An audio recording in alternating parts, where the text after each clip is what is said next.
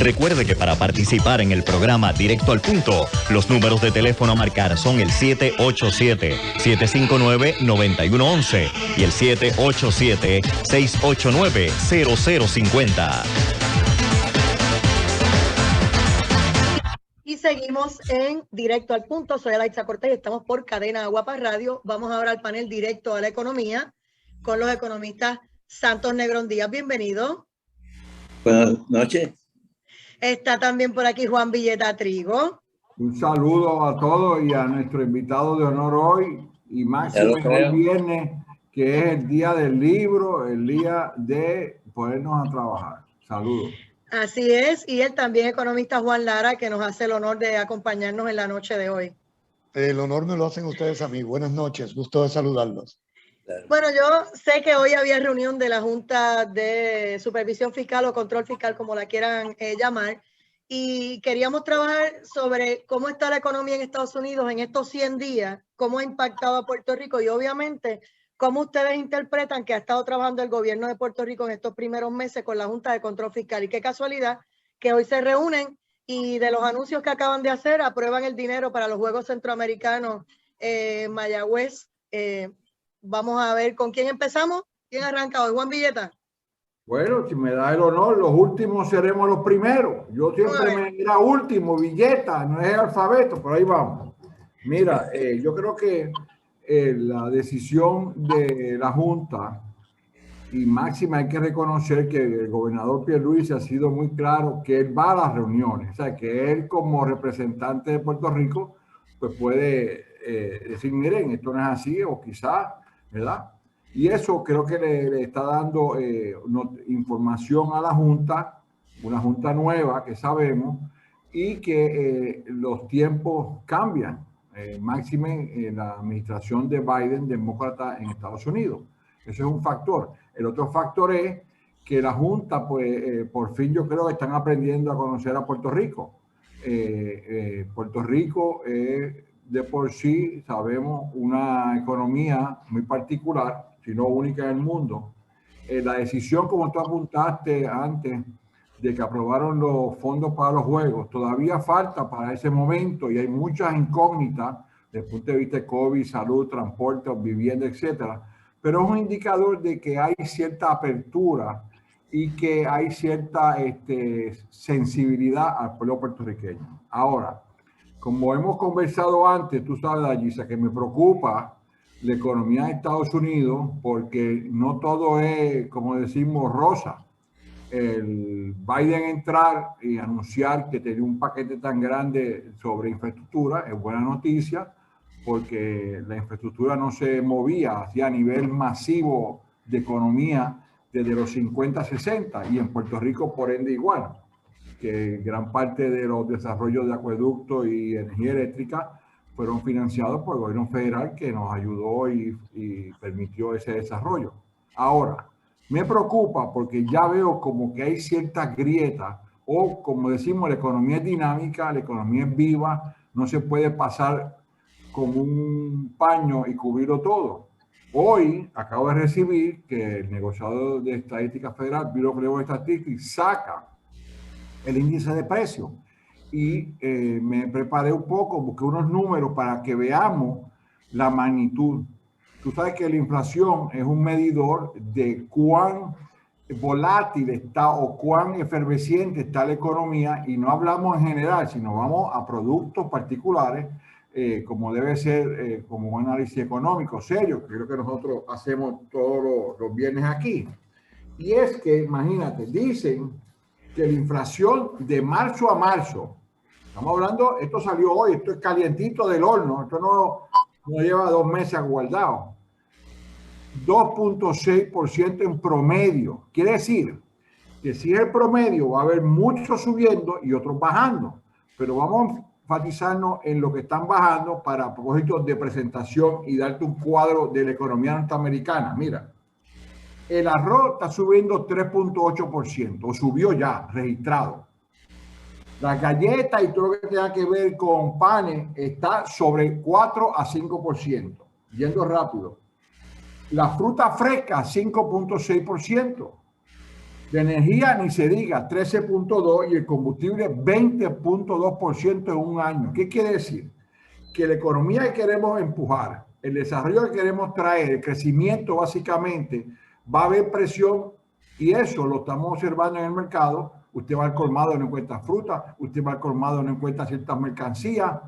En el mercado laboral hay escasez de ciertas empleomanías. Es decir, que los precios que en una economía son los que establecen qué es lo que la gente quiere y qué es lo que falta y qué es lo que no hay y qué es lo que hay que buscar. Pues este cuadro claramente apunta de que la economía norteamericana hay que tener mucho cuidado. ¿Por qué? ¿Cuál es el impacto si la inflación vuelve a subir? Uno, el mercado de vivienda se va a afectar. Dos, el mercado de empleomanía se va a afectar, lo va a reducir. Tres, el gasto que tenemos en toda la economía, cuando tú ves que de tu presupuesto los precios suben de alimentos, pues vas a prescindir de ellos.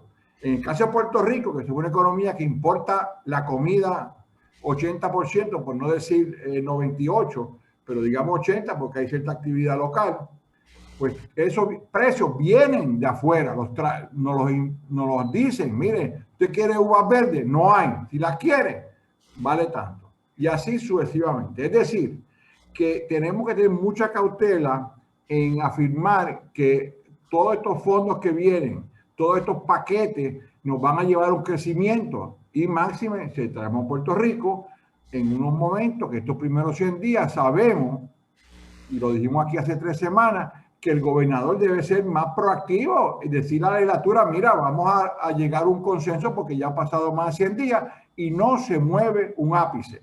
No hemos notado, dice que los recaudos de Hacienda aumentaron, pero es normal, o sea, Hacienda es el que cobra. Ahora dicen que van a subir el peaje, el agua va a subir, la luz ya subió, así que, y la comida, como decimos, como es importada, va a subir. Pues todo apunta a que tenemos que ser muy cuidadosos y ahí el gobierno de Puerto Rico tiene que tomar liderazgo para que no nos afectemos más de lo que se prevé que nos vamos a afectar. Vamos a ver la palabra de Juan Lara, nuestro invitado hoy. Bienvenido nuevamente. Buenas noches. Pues tomando el tema que acaba de iniciar mi tocayo y colega Juan Villeta, en la economía de Estados Unidos hubo, como consecuencia del cierre por la pandemia en el segundo trimestre del año pasado, hubo la peor caída que ha tenido la economía americana en la historia desde los tiempos de la Gran Depresión y la Segunda Guerra Mundial. Así que no hay duda que la pandemia provocó con el cierre un estremecimiento completamente fuera de lo normal en la economía americana. Desde que se empezó a reabrir la economía americana se ha estado recuperando. Y de hecho, ya ha habido más de 2 trimestres de crecimiento positivo, porque desde que empezó la reapertura, la actividad económica empezó a recuperarse. Y si tomamos una definición estrictamente técnica, habría que decir que después de 2 trimestres y medio de crecimiento positivo, ya la economía definitivamente no está en recesión. La recesión que provocó el cierre se superó, pero todavía la economía no ha regresado completamente al punto donde estaba antes del cierre por la pandemia, al punto donde estaba, digamos, en enero, febrero del año 2020. Así que es una economía que está en recuperación, que ya no está en recesión y que está respondiendo, sin duda, al estímulo fuerte que viene de este programa de ayuda del gobierno de Biden. La gran cantidad de dinero que se está inyectando a los hogares, a las empresas, a los gobiernos estatales y locales, eso está teniendo un efecto. Pero uno de los efectos no deseables que está teniendo es lo que señala Juan Villeta, de que ha habido un repunte de la inflación. Era de esperar, porque está aumentando fuertemente el ingreso de los hogares por todas estas transferencias que están recibiendo el gobierno federal y por el aumento en el empleo con la recuperación de la economía. Y hay una masa de ingreso que de golpe está fluyendo al gasto en la economía americana y los inventarios no han crecido en las empresas al mismo ritmo. El resultado es aumento de los precios. Esos números que nos mencionaba Juan Villeta de aumento en los precios de los alimentos, aumento en los precios de las frutas, aumento en los precios de la energía. Ya en Estados Unidos había una expectativa de que esto iba a provocar, entre otras cosas, un aumento de la inflación. Y de hecho, la Reserva Federal, que tiene una meta de inflación de 2%, que su posición oficial es que si la inflación en la economía americana sobrepasa el 2%, hay que empezar a tomar medidas para frenar esa inflación subiendo las tasas de interés. Por ejemplo, la Reserva dijo ya hace unos meses, esta vez no lo vamos a hacer. No lo van a hacer. Esta vez vamos a ser más flexibles con la meta de inflación. No vamos a insistir en que la inflación se mantenga en 2%, que quiere decir que van a tener una tolerancia que normalmente no tendrían con ese aumento de la inflación. Pero ciertamente es algo que estamos viendo también en Puerto Rico. Puerto Rico ha vivido varios años de inflación muy baja y en el último año la inflación fue ligeramente negativa. Por primera vez en mucho tiempo vemos una tasa de inflación negativa, pero ese ya no es el caso hoy en día. Si vemos el índice de precios de enero, febrero y marzo de este año, lo que notamos es que ya tenemos una tasa de inflación de alrededor de 2,5%. Así que ciertamente esta inyección de poder adquisitivo a la economía se está reflejando en los precios. Pero la buena noticia que no podemos soslayar es que ciertamente la economía americana viene creciendo y la economía de Puerto Rico también se ha estado recuperando desde que comenzó la reapertura, aunque lamentablemente no con el mismo vigor con que se ha estado recuperando la economía americana. Voy a parar ahí por ahora porque quiero escuchar a Santos, pero quiero retomar después el tema de la Junta de Supervisión Fiscal y de la reunión que tuvieron hoy. Muy bien, sí, definitivo, porque hay que traspolar todo eso que está pasando allá con lo que estamos viviendo aquí. Santos Negrondía, vamos con tu turno. Bueno, como ustedes saben, y máxima con mucho más detalle, los dos Juanes que tenemos participando en el programa, yo me he dedicado por décadas a seguir la relación de la economía de Estados Unidos y la de Puerto Rico. Realmente lo que ha ocurrido es que se desvinculó en buena medida debido al debilitamiento de nuestra manufactura, aquella situación en la cual virtualmente recuperación en Estados Unidos significaba recuperación en Puerto Rico, porque teníamos un sector productivo amplio, coherente, con plena relación con su fuente de Estados Unidos, abasteciendo estos mercados de Estados Unidos y respondiendo a todas las condiciones macroeconómicas de Estados Unidos. Ese vínculo, ese elemento vinculante, pues en cierta medida se debilitó, pero ahora el vínculo viene por vía de los fondos federales unilaterales o de vengado.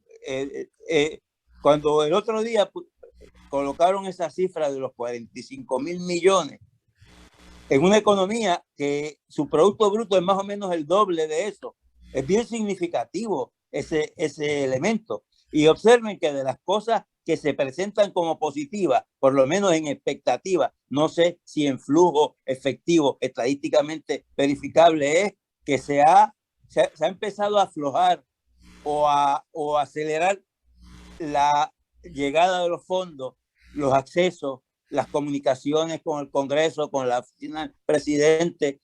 Hay una aparente mejoría en el flujo, pero eso es demasiado prematuro para decir que se trata de una nueva tendencia.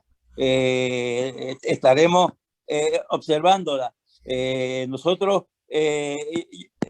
hemos desarrollado, yo personalmente he desarrollado un índice que responde a algo que se hizo en el informe Krebs, que indica a base de unos estimados de el balance neto entre lo que Puerto Rico recibe y lo que Puerto Rico aporta, indica claramente que eso empezó por allá por el 77 en el 13%, ya en el 2019, que fue el último año en que yo tuve los números para hacer la medición, estaba llegando a los 47, 48%, casi la mitad es una proporción que sencillamente señala ese balance neto a nuestro favor como % del Producto Bruto. Eso es una dependencia grande, y ahora cuando entre los datos del 2020, año fiscal, pues va a ser todavía mayor, probablemente llegue a 55 o 60. Es decir, que la característica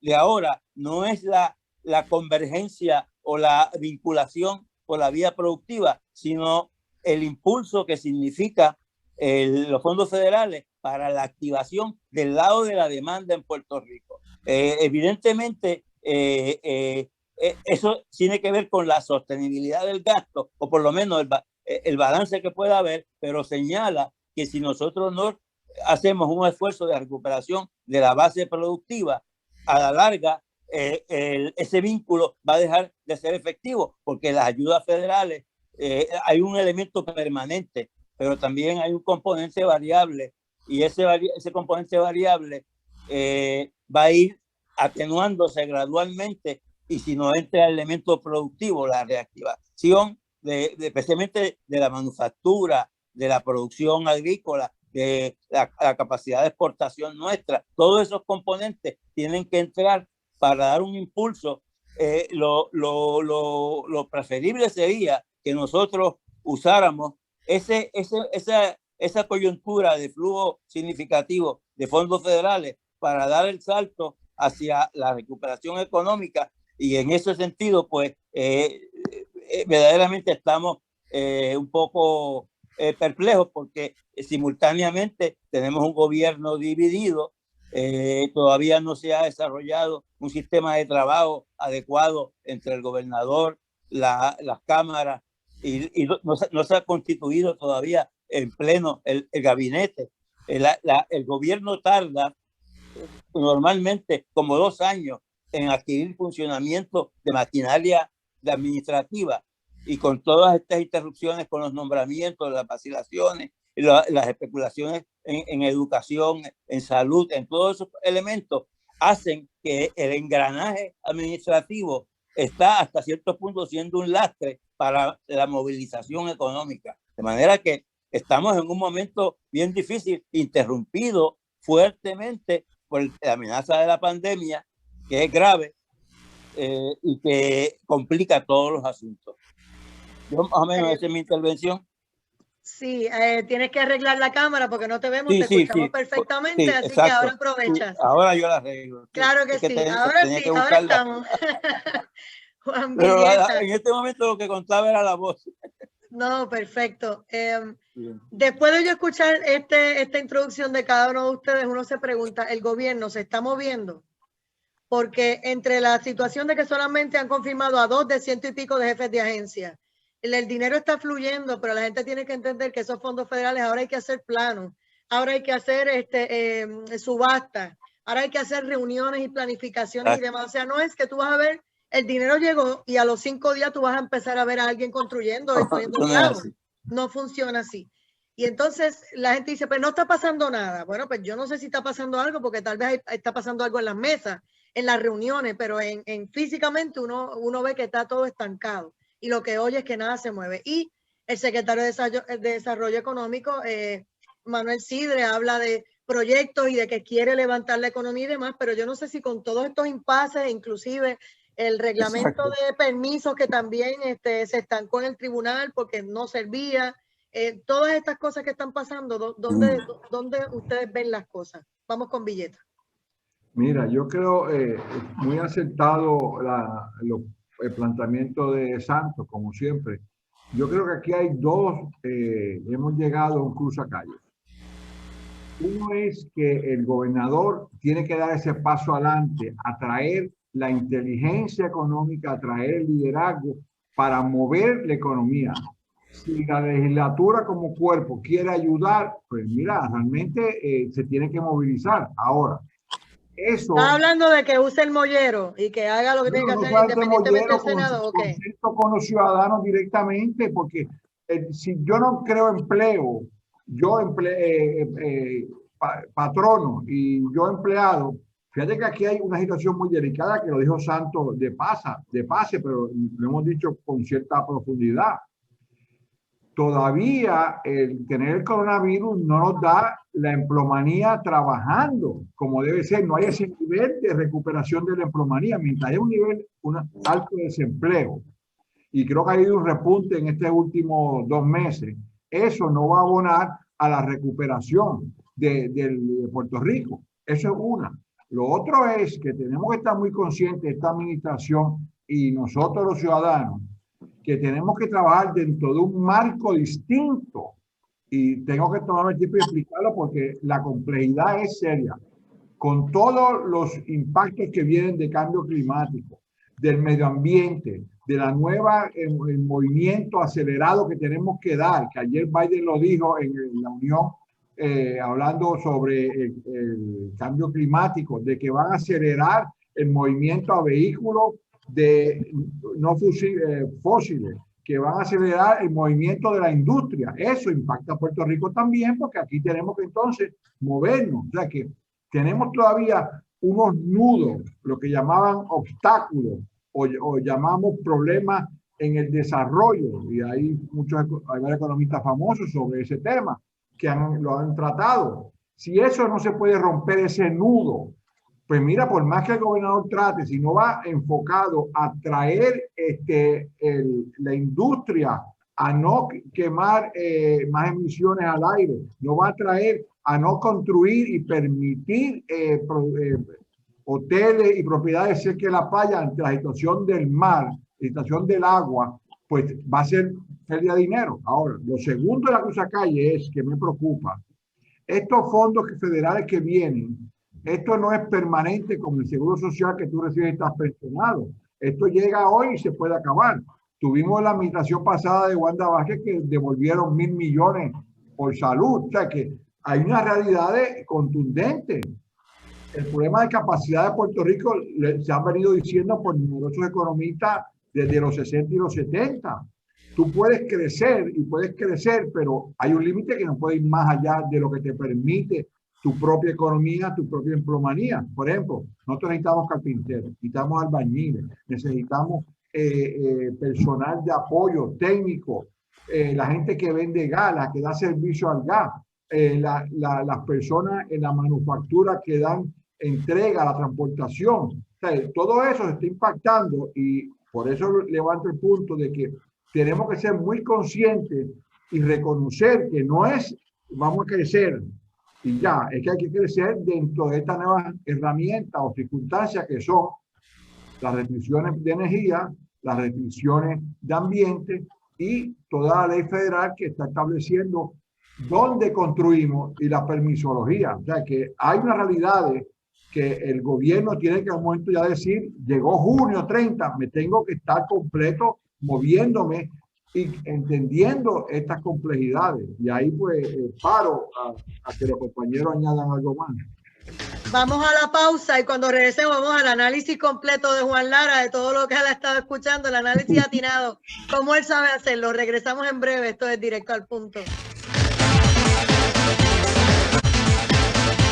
De regreso a Directo al Punto, soy Adaitza Cortés y sigo aquí con los economistas Juan Lara, Santos Negrón Díaz y Juan Villeta Trigo. Estaba leyendo aquí, buscando información y Natalie Yaresco de la Junta de Supervisión Fiscal dice que el plan fiscal es una herramienta presupuestaria, no una lista de deseos, y que por eso no incluyó las promesas de fondos federales contenidas en la propuesta del gobernador, y también admite que no está segura es incierta, dice la palabra es incierta, la cantidad de fondos federales de Medicaid para la isla, y que tampoco se conoce si estos fondos van a llegar con restricciones, pero dejó claro que cuando se asignen las partidas, el plan fiscal se ajustaría para incluir dichos fondos. Fuera de eso, pues vamos al análisis de Juan Lara, de todo lo que tenga, ¿verdad? Porque a mí me preocupa si después de esto, ¿verdad? Usted todavía sigue viendo lo que nosotros vemos acá, cierto inmovilismo, aunque digan que están trabajando. Bueno, en primer lugar, acabamos de escuchar aquí en las noticias, en el noticiario que acabamos de escuchar hace unos minutos, algo que yo tenía pendiente y estaba tratando de verificar en el teléfono, pero no lo encontraba, que la Junta de Supervisión Fiscal, como se esperaba, aprobó hoy, certificó el nuevo plan fiscal del gobierno de Puerto Rico, que era algo que tenían para la agenda de la reunión del día de hoy, y nos acabamos de enterar de que sí lo certificaron, que era lo que se esperaba que iban a hacer. Ese plan fiscal ya está publicado en la página de la Junta, y escuchamos en la noticia hace apenas un par de minutos que en ese plan se contempla que los fondos federales que llegarían a Puerto Rico por dos cosas. Uno, por el dinero para el alivio de la pandemia, que es un programa, y otro programa que es solo para Puerto Rico, que es el programa de reconstrucción por los desastres naturales, sobre todo el huracán María, pero también en parte por los terremotos del año pasado. Así que para la economía de Estados Unidos es un solo programa, es el programa de alivio por la pandemia. Para nosotros son dos, es el programa de alivio por la pandemia y el programa de reconstrucción por el huracán y los terremotos. Que la Junta de Supervisión Fiscal esté contemplando una suma tan grande como 120,000 millones de dólares en un periodo de varios años es realmente un cambio importante en las proyecciones para el flujo de esos fondos. Ya había mencionado Santos hace un rato cuando comenzamos el programa que la Junta estimaba que en el plan de la pandemia, la primera parte de este plan, en lo que tiene que ver con el alivio por la pandemia, podría Puerto Rico ser elegible para alrededor de 45,000 millones de dólares. Exacto. En un periodo de alrededor de 1 año y medio, 2 años. Eso es como inyectar una suma equivalente al 20% del Producto Bruto cada año durante 2 años. Eso es un experimento keynesiano de enorme magnitud. Y no hay duda de que eso va a tener efectos en la economía si esa cantidad de dinero verdaderamente se materializa. A la misma vez, hoy veíamos en el editorial de uno de los periódicos principales del país que se ha confirmado que en la administración de Donald Trump hubo un esfuerzo deliberado por frenar la llegada de los fondos de reconstrucción del huracán María a Puerto Rico. O sea, que la administración de Donald Trump deliberadamente aguantó el dinero que se había prometido a Puerto Rico. Entendemos que la administración de Joseph Biden tiene una actitud completamente diferente y que por lo tanto habría que esperar que el flujo de fondos federales ahora sea mucho más ágil, más rápido y en mayor cantidad que lo que vivimos en los pasados 4 años.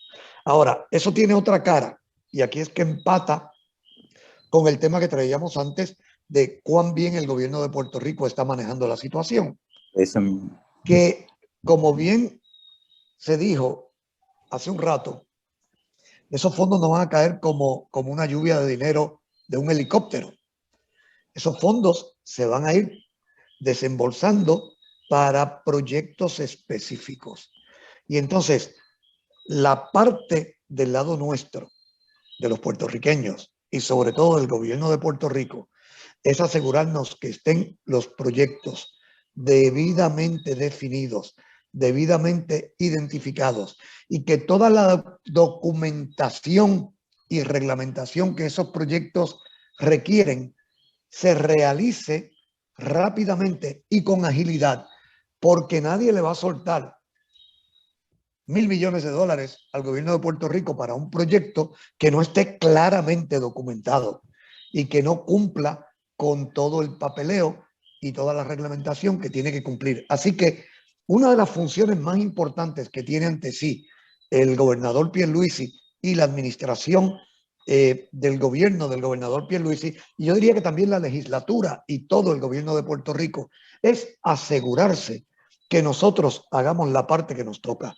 que es tener un pipeline, como se dice en inglés, de proyectos debidamente documentados para que se puedan poner en marcha rápidamente.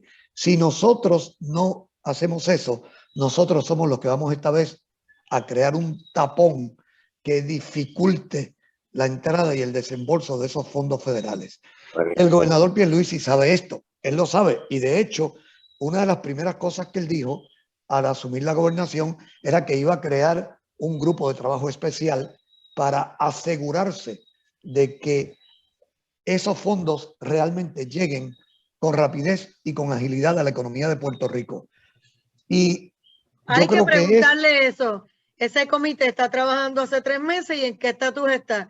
Porque es como se exactamente. dice, todos esos planes, si ya tú sabes que el dinero viene para carreteras o viene para demoler o viene para reconstrucción del sistema de energía eléctrica, no tienes que esperar que llegue para entonces planificar. O sea, ponte a trabajar, empieza a mover los diseños, los planos, lo que sea, porque Ese los es el chavos van a punto. llegar. Yo diría que si vamos a evaluar la administración del gobernador Pierluisi en términos de su gestión económica en el próximo año y medio, en los próximos 2 años, y le vamos a estar dando una nota cada trimestre, una nota de cómo lo está haciendo, lo que tenemos que observar es principalmente esto: cuánto adelanta en esta gestión, en tener esos proyectos realmente listos para que el financiamiento llegue y los proyectos se pongan en marcha. Ahora, hay una cosa que quería señalar y no quiero que se me olvide, y es un dato interesantísimo, en mi opinión, un indicador económico importante, que es que las ventas de cemento en Puerto Rico están rompiendo récord. Llevan ya varios meses rompiendo récord. Se está vendiendo cemento como no se vendía en este país en mucho tiempo. Y es importante recordar el trasfondo del que venimos para poder apreciar la importancia de este indicador. En Puerto Rico las ventas de cemento casi desaparecieron en un momento dado, hace varios años atrás, y hubo un momento, un periodo, no un momento, un periodo relativamente largo, en que la principal fábrica de cemento de Puerto Rico estaba operando de manera intermitente. Las ventas de cemento estaban tan colapsadas que abrían la fábrica, la corrían durante unas semanas y la volvían a cerrar. Y luego la abrían y la volvían a correr varias semanas y la volvían a cerrar. ¿Y ustedes creen que esto ha sido producto de los 1.400 y de los 1.200 que llegaron y la gente lo usó, unos para comprar vehículos y otros para reconstruir sus hogares? Bueno, parte debe ser eso, pero yo creo que indudablemente ya hay un movimiento en la industria de la construcción que responde a estos fondos federales que todavía no están entrando en la magnitud en que se esperan, pero ya se están dejando sentir en la economía. Vamos con Juan Villeta Trigo. No, perdóname, Santos Negrón-Díaz. Sí, no me asombra. De hecho, en los primeros años míos en la Junta de Planificación, yo tuve conversaciones con el doctor Freire, que era asesor nuestro, y yo siempre veía como exagerada la importancia que Freire le daba a las ventas, a la producción y ventas de cemento. Yo más orientado a cosas más amplias, a fenómenos de inversión en general, de financiamiento, de toda una serie de componentes, se me escapaba de que las ventas de cemento son un indicador coincidente, preciso, se mide con rigor.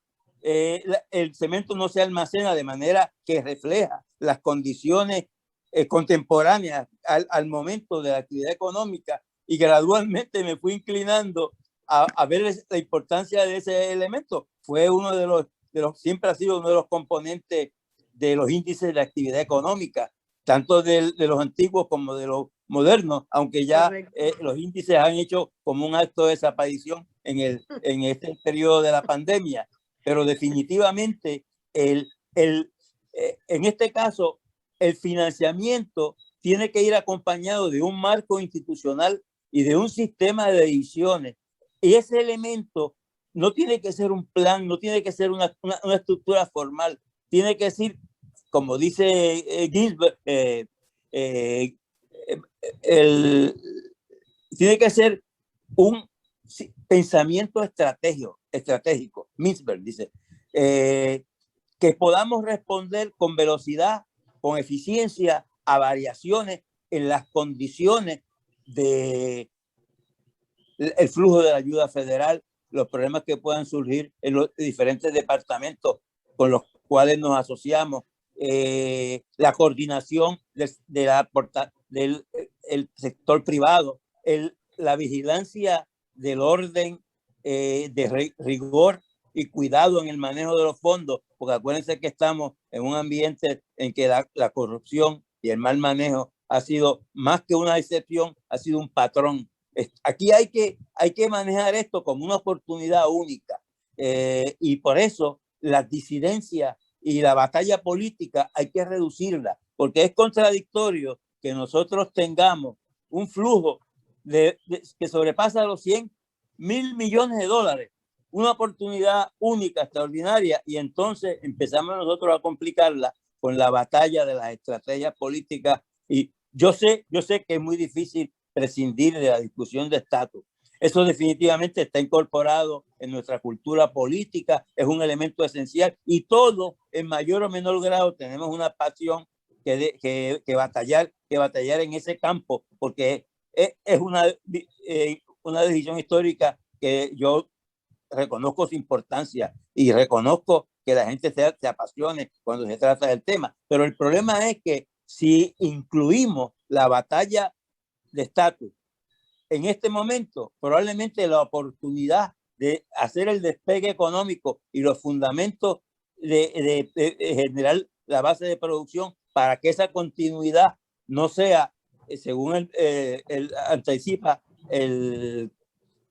la Junta, de 15 años. Hablar de 15 años en Puerto Rico en este momento es quimérico, ¿no? Nadie se le ocurre hacer proyecciones sólidas, definidas, y hablar de tendencias económicas identificables en este momento. Pero eso es parte, ¿verdad?, de la función, y hay que hacerlo. En ese sentido, la garantía de que va a haber esos fundamentos en el futuro va a ser el orden productivo que podamos desarrollar a partir de este momento. Tenemos una oportunidad dorada, extraordinaria, y con el componente que más le falta a la mayor parte de los países, que es el componente de fondo. De manera que hay que pensarlo cuidadosamente.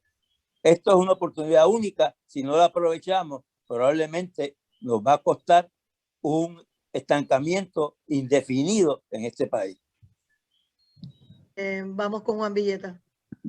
Mira, yo creo que más que oportunidad, tenemos que ya movernos a la implantación, y requiere, como he dicho y repito, que la inteligencia, la oficina clásica que presentaba presupuesto, oficina de gerencia y presupuesto, ahora la oficina de AFAP, tenemos que hacer esa lista de proyectos, pero tenemos que tener en cuenta también, y hay que entender bien qué pasó en los últimos 15 años desde la caída. La infraestructura tiene que ser prioritaria. Tenemos que atender el asunto de agua y la luz y la carretera. Esos tres eslabones hay que ponerlos al frente. Y a esos eslabones hay que darle fondos, pero fondos de una forma organizada. Lo que apunta a la venta de cemento que dice Juan, eso es correcto. Pero fíjate que es un indicador de que la gente va a comprar un cemento, pero Puerto Rico no puede dejarse llegar solamente por el cemento. Puerto Rico necesita moverse, no solamente a hacer más cemento, sino a construir que sea viable dentro de lo que llamamos este nuevo ecosistema del siglo XXI. Y ahí es donde me preocupa y pienso como Santos que esta oportunidad, si la perdemos, 20%, como dijo Juan Lara, de inversión, pocos países del mundo en su historia. Es como decir, si te ganas 1,000 pesos, yo te voy a dar ahora todos 1,200 pesos para que tú gastes. O sea, tienes 200 pesos más. ¿Sabes lo que es eso? O sea, es una cantidad sustancial. Y fíjate que estamos hablando de nuevo. El programa de Biden no ha empezado. Lo que Biden está trayendo va a traer, hay que verlo en perspectiva, no llegar a 15, estoy de acuerdo con Santos, pero esto que aprobaron hoy es para 5 años. El proyecto del CRIM, si lo miramos, yo empecé a mirarlo también, es de 5 años, y ahí hay una salida de fondos. Tenemos que estar conscientes de eso. Además, este es el primero de los 5 presupuestos que tenían que aprobar la Junta. Y claro, amarra que la jueza Swain va a venir con una decisión. O sea, que los elementos se están dando, No me lo recuerde, que quiere tocar las pensiones y todavía está eso del 8% ahí. Ese es otro punto, no te agites. Acuérdate que tengo que ir paso por paso. Y no por mí, sino por todos mis amigos pensionados que nos están escuchando. Tanto que está aquí, no lo excluya. Yo soy uno de Así ellos. es. Pero él entiende la complejidad. ¿Sabes? Tenemos que estar conscientes, y aquí enfatizo de nuevo la inteligencia, y tenemos que decir claramente, pensamiento estratégico, talento, sea Freire, sea Lara, sea quien sea, porque en Puerto Rico no puede darse el lujo de que mañana digan, no gasté los 1.000 millones, devuélvelo. Cuando en Puerto Rico hay pobreza, no, en Puerto Rico hay como lo que pasó en salud, que tuvieron que devolver 1.000 millones. O sea, parecerá que es mucho dinero, pero el tiempo nos va a dar o la razón o nos la quita. Mira, ahora mismo se plantea que la manufactura, ahora mismo se plantea una expansión en los aeropuertos, atenuada con la realidad que tenemos del medio ambiente y el cambio climático. Todo eso va a requerir unos gastos de infraestructura enormes para los puertos, para energía eléctrica, que todavía eso tiene su situación muy particular. O sea, yo creo que aparte de la cantidad y el énfasis que le demos, si son 20, 19, en 2 años, en 3 años, si no está detrás del gobierno, y mira, en los 50 lo hicimos. En los 50 Puerto Rico dejó a un lado todas las ideologías y se dieron, vamos a hacer hospitales, vamos a hacer carreteras, vamos a hacer la planta de agua, y se logró ese despegue. Puerto Rico se tiene que mover, si usamos la ideología de trabajo, de gerencia de proyectos, a otro nivel para de ahí brincar. No puede ser, bueno, cuando lleguen los cuentos, no. Yo tengo ya mi lista de prioridades. Acueducto, tengo que hacer esto. Energía eléctrica, transportación, iluminación. Tú sabes todas las carreteras que tienen hoyos. Y no es solamente tirar más brea sobre brea. Tienen que hacer un trabajo completo. Los dragados de los embalses, la recogida de basura. Mira, telecomunicaciones. Ay, Dios mío. Cuenta muchísimo. Seriamente, que no estemos dando la atención a la Universidad de Puerto Rico y los académicos, que son personas pensantes, que no estamos trayendo el recurso que ya hemos tenido en diferentes agencias, que está disponible vivo para aportar. Aquí tiene que haber una combinación de mentes en un plan conceptual. Así mismo es. De esa estatura. Bendito Juan, pero es que están en una pelea chiquita entre el gobierno central y el estatal, y bendito. Yo no sé cómo vamos a hacerlo, pero con 2 secretarios confirmados de 100 y pico, y con esta batalla chiquita y con tantos problemas que acaban de plantear ustedes, vamos al comentario final de cada uno, porque yo sé que ya nos tenemos que ir. Ya que estabas tú en el uso de la palabra, Juan, tu comentario final para la noche de hoy. Mi comentario final, como digo y estoy insistiendo, el ciudadano, nosotros le hablamos al ciudadano puertorriqueño y puertorriqueño.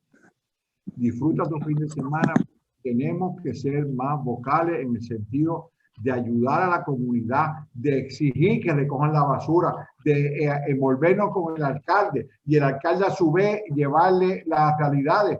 Puerto Rico lo hizo. O sea, esto no es que yo nunca he bailado una pieza de baile, es que Puerto Rico ya lo hizo. Es cuestión de atraer ese talento y respectivamente de la ideología, que sea de derecha, izquierda, centro. Talento que está preparado, lo hay y lo ha habido siempre. Es cuestión de empujar. Si no, va a llegar las próximas elecciones y estaremos con un crecimiento pírrico, como dice la Junta, va a haber decrecimiento, y los chavos se gastaron a unos poquitos, se devolvieron, y pasó lo que pasó en los últimos 6 años. Vamos con un poco. Comentario final de Juan Lara, y gracias por estar con nosotros hoy y que se repita. Gracias por la invitación. Gracias por la invitación. Pues yo estoy de acuerdo y quiero repetir lo que han dicho Juan y Santos.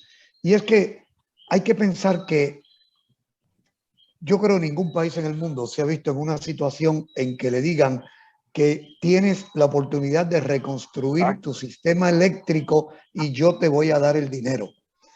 Que le digan tienes la oportunidad de reconstruir tu sistema de carreteras y yo te voy a dar el dinero. Tienes la oportunidad de reconstruir tu sistema de acueductos y yo te voy a dar el dinero. Nosotros que ahora mismo no tenemos acceso a los mercados de capital para tomar dinero prestado porque estamos en quiebra, nos están poniendo en la mano la oportunidad de reconstruir la infraestructura fundamental de nuestra economía con dinero que nos van a dar. Sería un crimen de magnitud histórica dejar que una oportunidad como esa se desperdicie. De lesa humanidad, un crimen de lesa humanidad, definitivo, y lo repito. Vamos al comentario final de Santos Negrón Díaz. Bueno, yo digo como Churchill, los imperios del futuro son los imperios de la mente. Y si nosotros, aquí hay mente, yo confío plenamente en nuestra capacidad intelectual, nuestra capacidad profesional, el cúmulo de conocimiento que tenemos nosotros en Puerto Rico en virtualmente todas las fases. Es asombroso. Vamos a ver si podemos hacer una coordinación de mente orientadas a ese propósito, porque lo que más le falta a los países de todo el mundo es los fondos.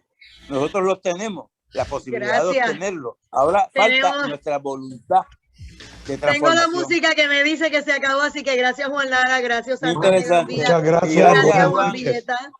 Economistas de nuestro país que sacaron un ratito, un viernes para estar con nosotros. Linda noche y a ustedes amigos, hasta buen fin de semana y hasta el próximo lunes otra vez a las 6 de la tarde aquí en Directo al Punto. Que la pasen bien.